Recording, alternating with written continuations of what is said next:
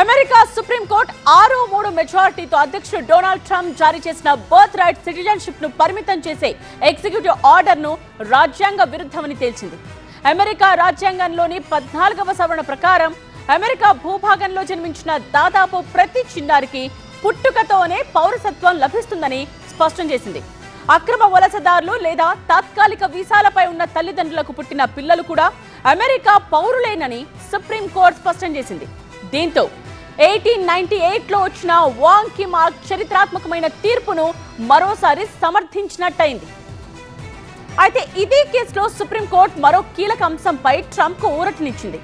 దేశవ్యాప్తంగా అధ్యక్ష ఉత్తర్వులను ఒక్క ఫెడరల్ జిల్లా న్యాయమూర్తి నిలిపివేసే అధికారాన్ని పరిమితం చేసింది. ఈ అంశాన్నే ట్రంప్ భారీ విజయంగా సమర్పడ్డారు.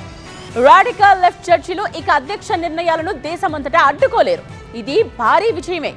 బర్త్ రైట్ సిటిజన్షిప్ అంశాన్ని కాంగ్రెస్ ద్వారా మళ్లీ తీసుకొస్తామని ట్రంప్ సోషల్ మీడియాలో స్పందించారు. అవసరమైతే చట్టం ద్వారా మార్పు తీసుకొస్తామని కూడా ప్రకటించారు. అమెరికా బర్త్ రైట్ సిటిజన్షిప్ పై అమెరికా వైట్ హౌస్ నుండి TV9 మేనేజింగ్ ఎడిటర్ రజనీకాంత్ ఇస్తున్న డీటెయిల్స్ చూద్దాం. అమెరికాలో అక్రమ వలసదారులు ఎవరైతే ఉన్నారో వాళ్ళకి బర్త్ రైట్ను నిలిపివేస్తూ ప్రెసిడెంట్ ట్రంప్ ఇచ్చిన ఎగ్జిక్యూటివ్ ఆర్డర్ను ఈరోజు సుప్రీంకోర్టు కొట్టివేసింది. అమెరికా సుప్రీంకోర్టు ఈరోజు స్పష్టంగా ఒక వ్యాఖ్య చేసింది.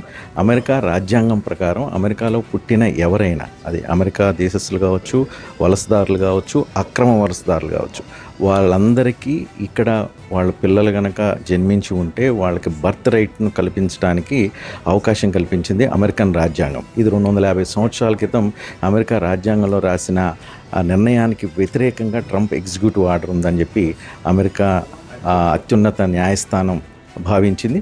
దాంతో ట్రంప్ ఎగ్జిక్యూటివ్ ఆర్డర్ను కొట్టివేసింది. ఇది ప్రెసిడెంట్ ట్రంప్కు వ్యతిరేకంగా వచ్చిన మరొక తీర్పుగా మనం భావించవచ్చు. అమెరికా వైట్ హౌస్ నుంచి రజనీకాంత్, TV9 తెలుగు.